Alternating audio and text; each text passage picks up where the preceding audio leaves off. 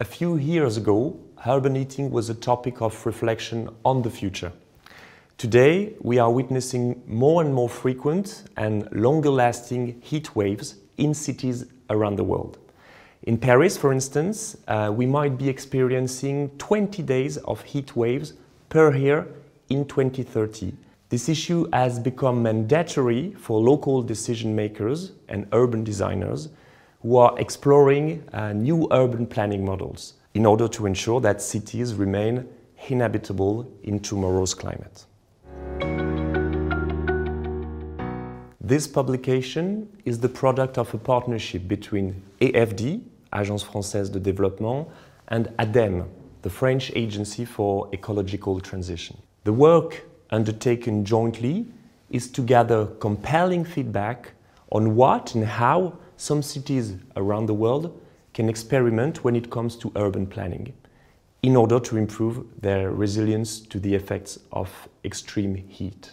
Its novelty is to have picked up 16 examples from all over the world at different scales of intervention, at different temporal scales, and in a broad range of climate conditions.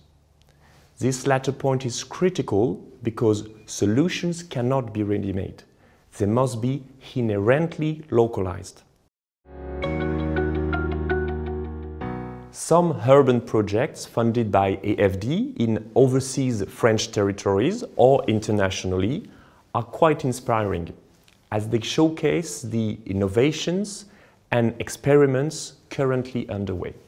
For instance, the new city of Zenata in Morocco makes the most of its proximity to the Atlantic Ocean and the cool north winds when choosing the morphology of its urban networks and buildings, with the view to preventing the formation of heat islands. In the city of Curitiba in Brazil, the Barigui Riverbanks Development Project, with attractive public spaces for residents, promotes both conservation of nature in the city and urban cooling. In Réunion Island, the urban development project in the municipality of La Possession stands out for the design of buildings and an urban network that reflects bioclimatic principles, thereby delivering natural ventilation and cooling on a block scale. The developers wanted to instill a garden city identity into the area.